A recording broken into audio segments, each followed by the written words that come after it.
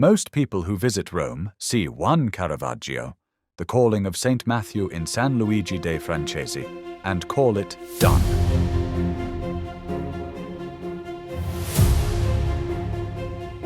Caravaggio worked across 4 Italian cities in under 20 years, much of it on the run from a death sentence, and a dozen more of his paintings sit in rooms a short walk from that one crowd. By the end of this video, you'll know where to find 10 of them.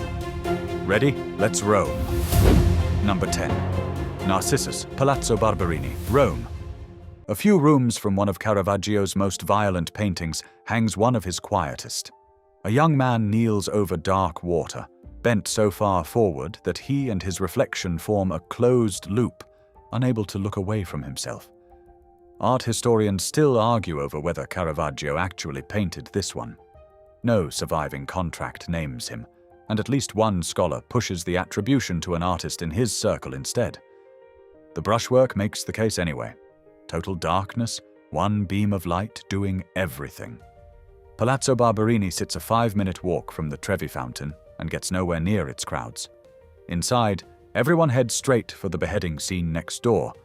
Narcissus gets left alone with himself. Number 9. St. Francis in Meditation, Church of Santa Maria della Concezione, Rome. Francis kneels in total darkness, a human skull in both hands, staring at it the way Caravaggio's figures stare at things they can't look away from. He painted this exact subject more than once, and scholars still haven't settled which surviving version came first. Beneath this church on Via Veneto sits the Capuchin Crypt, an underground chapel built from the bones of thousands of dead monks, and that's the actual reason most people walk through the door. The museum holding the Caravaggio sits 1 floor above it. Most visitors who came for the bones never know it's there. Number 8. Bacchus, Uffizi Gallery, Florence. A young Bacchus reclines here, offering you a glass of wine with dirt visible under his fingernails. That detail is basically the whole painting. Caravaggio painted gods the way he'd actually seen men drink in Roman taverns, not the marble ideal everyone expected. He also hid something in it. Conservators cleaning the canvas decades ago found a tiny reflection inside the wine carafe beside him. A painter at an easel, working. Caravaggio tucked a self-portrait into a surface most people glance past in under a second, and it's been sitting there since he was barely in his 20s. The Uffizi sends almost everyone toward Botticelli, and leaves this one a few galleries over, mostly undisturbed. Number 7. The Madonna dei Pellegrini, Sant'Agostino, Rome. This church is free, unticketed, tucked off the streets around Piazza Navona, and mostly empty. Mary holds her child in a doorway while 2 pilgrims kneel before her, painted exactly as pilgrims actually looked after days on the road. Bare feet caked in dirt, a torn cap, clothes slept in. The painting caused real friction when it went up. A sacred scene was supposed to look dignified, and dignified apparently didn't include road dust on somebody's feet. Caravaggio painted the poor as the poor, in a sacred context that wasn't built to hold them. Number 6. Supper at Emmaus, Pinacoteca di Brera, Milan. In May of 1606, Caravaggio killed a man in a Roman street fight, the end of a feud that had been building for months. By the next morning, he had a death sentence on his head and nowhere safe to sleep in the city he'd spent 15 years building a reputation in. The Colonna family, who had ties to his own family from years earlier, took him in. Most people know the earlier version of this scene. Bright, theatrical, now in London. This is the version he painted while hiding, and the gap between the 2 paintings is the gap in the man who made them. Smaller gestures, heavier, grayer light. Christ looks older than he should. A fugitive's version of a meal he couldn't safely eat in public, hanging in the Brera's long run of Renaissance halls with nothing marking it out.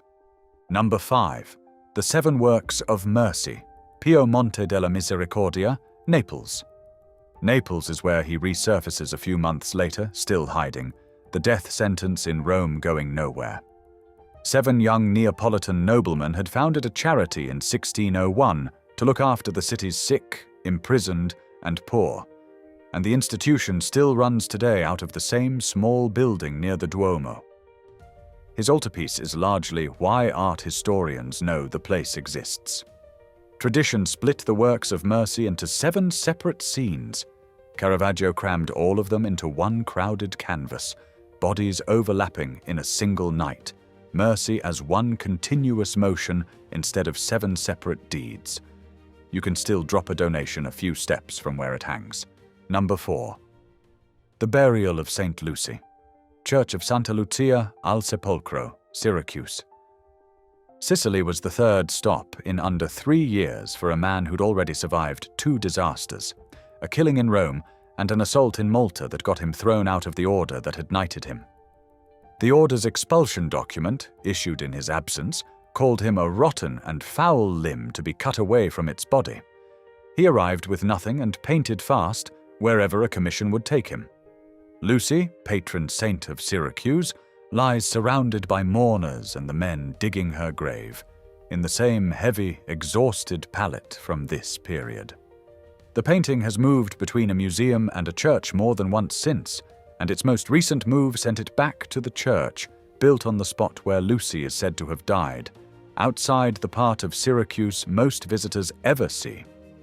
Most people who reach Sicily spend their time in Palermo or Taormina and never get to Syracuse at all. Number 3. David with the Head of Goliath, Galleria Borghese, Rome. There's an idea Caravaggio kept coming back to near the end of his life. A young man holding the severed head of someone he'd killed. Here, David holds Goliath's head out by the hair, and that head is widely accepted as Caravaggio's own face, painted by a man under a death sentence for an actual killing. Some scholars argue David is Caravaggio too, an earlier version of himself looking at what he'd become. The painting ended up with Cardinal Scipione Borghese, the Pope's nephew, and one of the few men in Rome who could realistically beg a pardon for him, and the gallery's own historians call it an appeal for mercy, sent through the one person who might grant it. Borghese requires a timed reservation most casual visitors never book, so even this painting ends up quiet. Number 2. The Nativity with St. Francis and St. Lawrence, Oratorio di San Lorenzo, Palermo. 2 men cut this painting out of its frame overnight in October of 1969 and walked out with it rolled under their arms. It's never turned up. Investigators have treated it as an organized crime theft for decades, on international lists of the world's most significant unsolved art crimes since 2005. Mafia informants have testified over the years about what happened to it, and none of their stories agree. Some say it was stored badly and ruined past saving, others say it was cut apart and sold off in pieces. Nobody's ever produced the canvas to settle which version is true. A full-scale photographic reproduction hangs in the original frame now, in the same spot on the same wall the real one occupied for roughly 360 years. Number 1. The Martyrdom of St. Ursula, Palazzo Stigliano, Naples. Caravaggio was attacked outside a tavern in Naples in October of 1609 by men who were never identified, badly enough that rumors in Rome briefly reported him dead. He survived, disfigured, and kept working. The last painting anyone can document him finishing is this one. Ursula, struck through the chest with an arrow at the moment of her death, a half-visible figure behind her shoulder that some historians believe is Caravaggio's own face, present at the killing he painted. A letter from his agent in Naples describes rushing the still wet canvas into the sun to dry it faster before shipping it to its buyer, which only made things worse, and having to go back to Caravaggio to fix the damage. He was trying to get back to Rome, where a pardon for the killing 4 years earlier was finally being negotiated. He never made it. He was held briefly at a small port north of Naples for reasons no contemporary source explained, let go days later to find the boat carrying his belongings had already sailed, and died of fever trying to catch up along the coast at Porto Ercole on July 18, 1610. He was 38. The painting he finished while his own face was still healing hangs today in a bank-owned gallery on a busy Naples shopping street, and most people walking past it have no idea it's there. Those are 10 Caravaggio works most visitors never find. If you liked this, the Michelangelo Hidden Gems video covers 10 more works the same way, and it's right there.